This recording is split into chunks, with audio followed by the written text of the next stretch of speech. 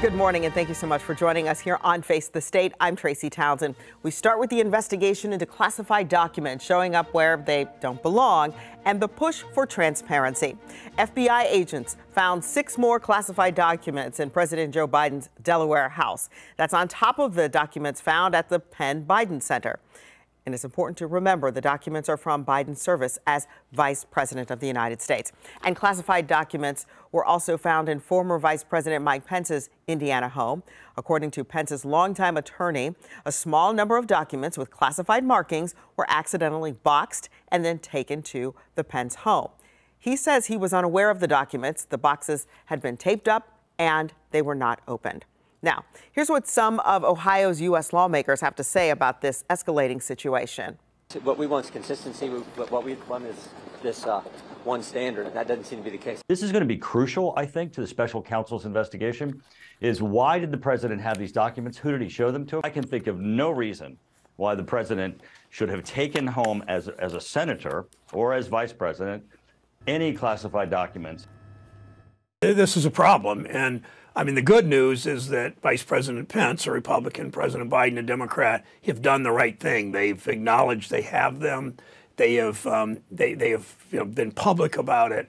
President Trump, who had many more documents, was less than honest and tried not to do much about it at all. But put that all aside, we've got to fix this so these documents are better. So these elected officials don't take them essentially out of the room. I mean, I see classified documents regularly in a room about 200 feet from here. I never take them out of the room. I don't photograph them. I don't tape them or anything. So that's the way this should be done. You might be wondering, as all of this develops, what are the actual consequences facing the national leaders involved? Abby Larico has our Verify report. In the cases of the 45th and 46th president, and now the most recent vice president, the Presidential Records Act has come up a number of times in headlines related to these documents. So what is it, and can someone actually face consequences for breaking it? We turn to these sources here to verify. U.S. Code defines presidential records as materials or portions of materials, quote, created or received by the president or the president's immediate staff, or a unit or individual of the executive office of the president whose function is to advise and assist the president in the course of conducting activities which relate to or have an effect upon the carrying out of the constitutional, statutory, or other official or ceremonial duties of the president. Law since the Watergate scandal, the Presidential Records Act means those official documents and records of presidents and vice presidents belong to us, the citizens, not the official's personal property. The National Archives lays out guidance for how administrations should keep track of these records and hand them off upon leaving the White House. However, Professor Michael Greenberger explains there's nothing baked into the law to force an administration to follow it. The assumption, I'm sure, was when they passed the Presidential Records Act that once they declared the rule, no president would be so brazen as to say, I'm not going to follow the rule. That's why there's also discussion of the Espionage Act. Violating that is a crime. So that's what the Department of Justice invoked in the warrant to retrieve documents from former President Trump's Mar-a-Lago estate when they say he failed to comply with the Presidential Records Act. The Espionage Act says that the president cannot make these highly classified documents available to the public because that would endanger the national safety. Because President Biden and now Vice President Pence are turning over documents voluntarily, Professor Greenberger explains there's been no need thus far to use the Espionage Act. However, that could change if it's determined the documents found in their homes or offices could compromise national security. With your Verify, I'm Abby Larico. The trial of former Ohio House Speaker Larry Householder should pick up again tomorrow. Monday was the only day in court this past week. Tuesday, the trial was postponed because of the weather. And that same day, a juror tested positive for COVID-19. so everything was put on hold for the rest of the week.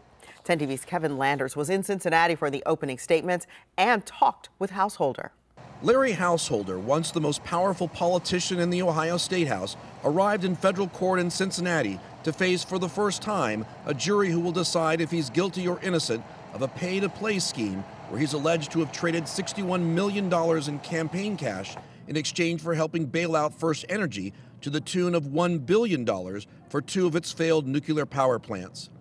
Householder told 10 TV in court, quote, "I feel good. It's been 2.5 years to tell my story."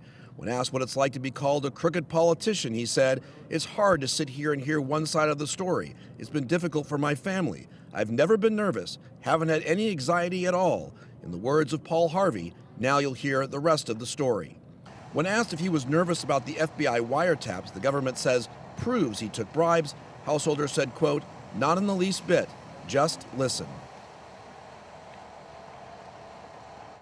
10 TV's Kevin Landers reporting there. There are years of history related to this case.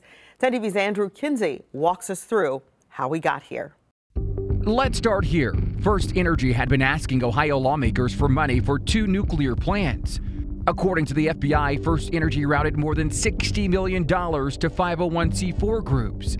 The complaint doesn't directly name or charge First Energy, instead refers to it as Company A. Here's why this is important. 501c4s are not required to reveal their donors, sometimes referred to as dark money groups.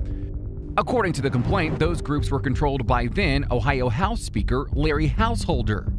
Allegedly, Company A sent most of the money to a dark money nonprofit called Generation Now to support candidates Householder chose, in turn helping him win his bid to Ohio House Speaker. Larry Householder is hereby declared and elected the Speaker of the House of Representatives. In 2019, Householder earned that title with 26 Republicans and 26 Democrats. Shortly after, House Bill 6 is introduced. It provided a $1 billion subsidy to fund the original 2 nuclear plants. It passed the House and Senate, and then in July of 2019, Governor Mike DeWine signed it into law. The complaint lists a number of dark money groups, including Generation Now and political action committees where money was allegedly sent. That is not illegal, but what is unlawful is how the money was allegedly spent. 1, to get Householder elected and elect others who would help him acquire the subsidies. 2, the FBI says Householder used the money for personal benefits, like paying off a lawsuit and to fix a house he owned in Florida. And 3, it alleges money was used on advertising and other efforts to pass House Bill 6. As a result, Householder and 4 alleged co-conspirators were arrested and charged in a racketeering and bribery case. What is likely the largest bribery money laundering scheme ever perpetrated against the people of the state of Ohio. 2 of those men pleaded guilty. A third, longtime lobbyist Neil Clark, died by suicide. 3 months later, the resolution is adopted and Larry Householder is expelled from the Ohio House of Representatives. Householder is expelled from the Ohio House. And I'm innocent. Only Householder and former GOP chair Matt Borges have challenged the case against them. They say the truth will set you free, and I look forward to it. You can count on 10 TV to keep you updated every step of the way during this trial. Look for coverage right here on air and at 10tv.com. It's a settlement 2 years in the making in a hazing case that grabbed national attention. $2.9 million is now going to the family of Stone Foltz, but the parents tell 10 TV's Lindsay Mills this is not about the money. I think he would tell us he's proud of us. He knows we have the fight in us and we won't stop. And that day in the hospital and making that promise to him that we would end hazing and we wouldn't allow this to happen to anyone else. Sherry and Corey Foltz founded a foundation in the name of their late son, Stone. In March of 2021, the 20-year-old Delaware native was a sophomore at Bowling Green State University when he died from alcohol poisoning in a Pike fraternity hazing ritual. Now the university has settled with the Foltz family $2.9 million. Money the foundation will use to end hazing. With our foundation, we have done several different speaking engagements And part of our training is just as simple as alcohol poisoning. In September, Corey and Sherry spoke to student athletes at Denison University in Granville.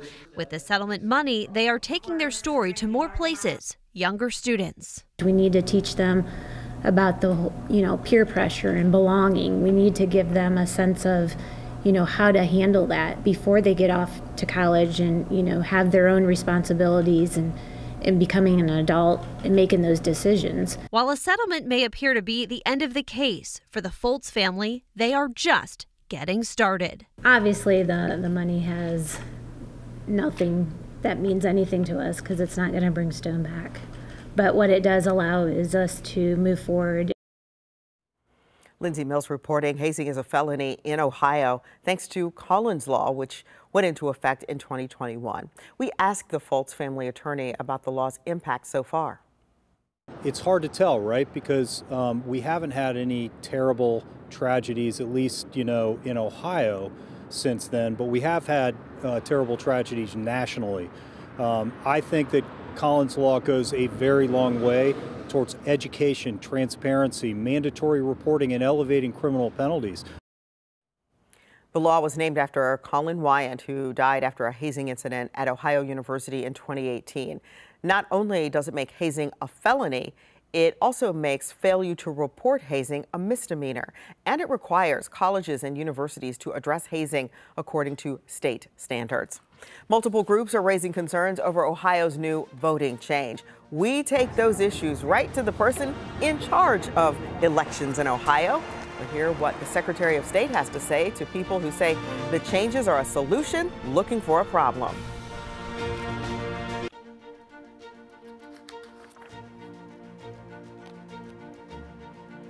Welcome back. Many voices are raising concerns over the newly passed voting law in Ohio.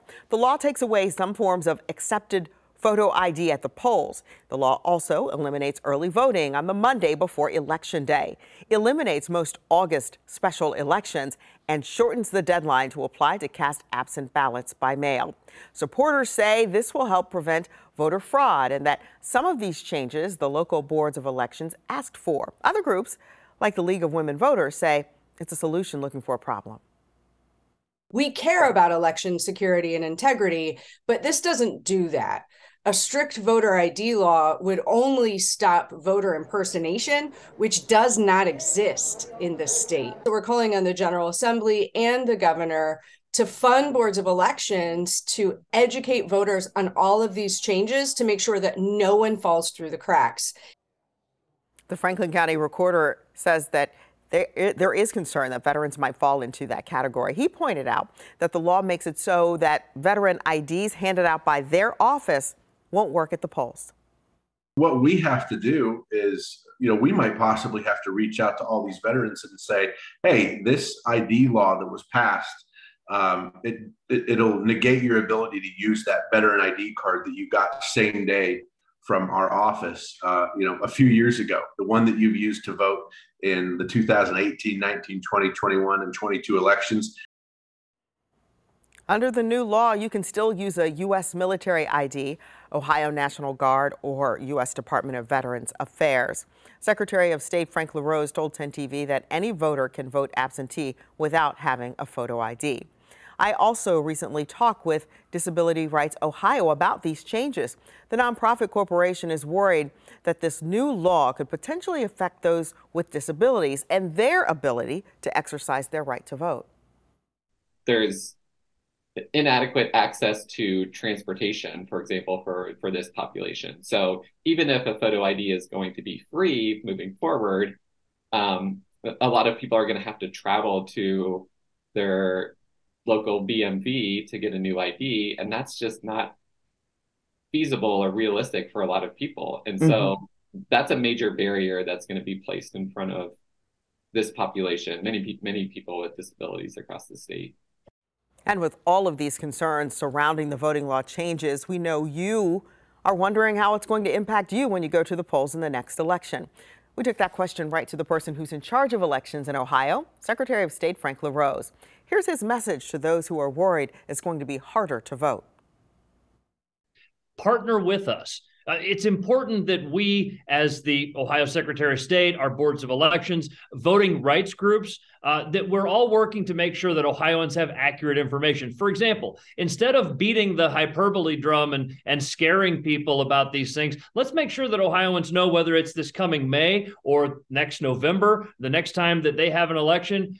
If they don't have an ID, there's plenty of time to get one right now, and it won't cost them anything to get one. By the way, over 98% of Ohioans already use their photo ID when they come to vote. That's the poll that we've done among our boards of elections. And so the vast majority of Ohioans are already using a state ID to vote.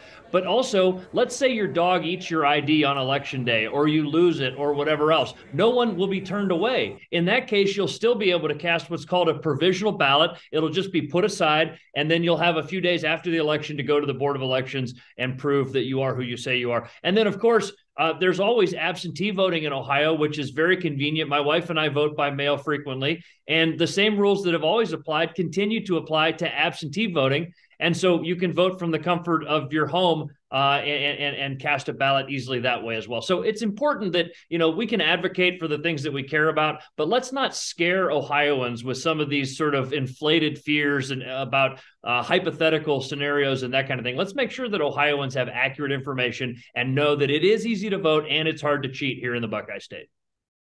We also asked LaRose to respond to people who say these changes are a solution looking for a problem.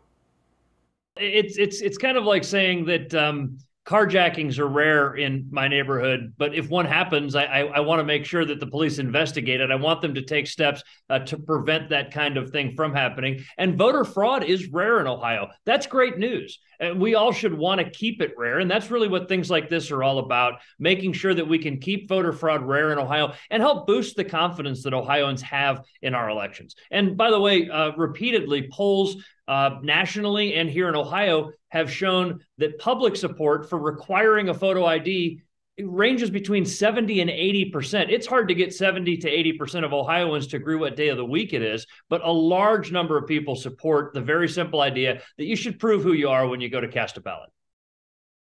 LaRose's office encouraged us to talk with the local boards of election leaders about these changes. Look for continuing coverage of this ongoing debate in the weeks ahead, right here on Face the State.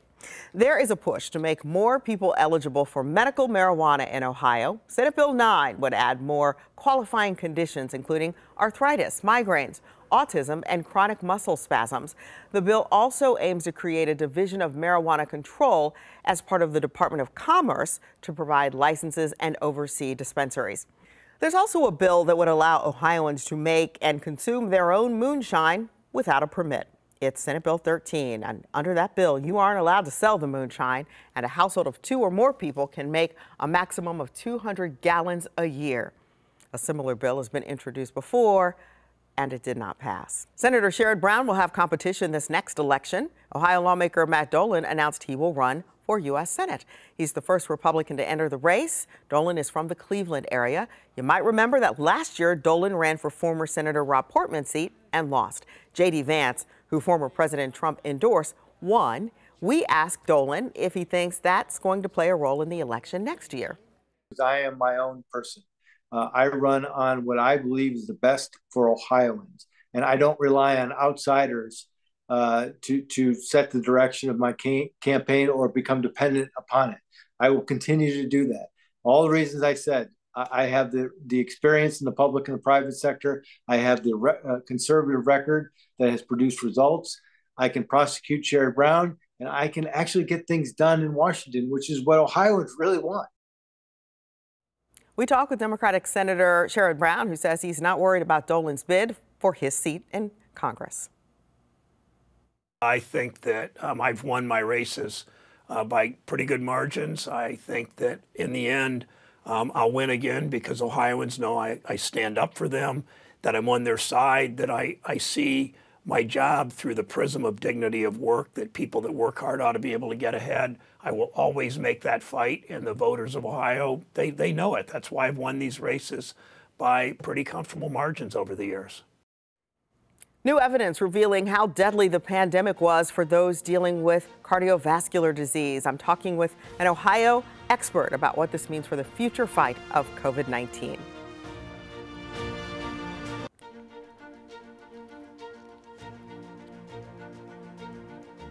New evidence reveals the number of people dying from cardiovascular disease is seeing the largest increase in quite a few years, and they were in the populations of Asians, Blacks, and Hispanic populations.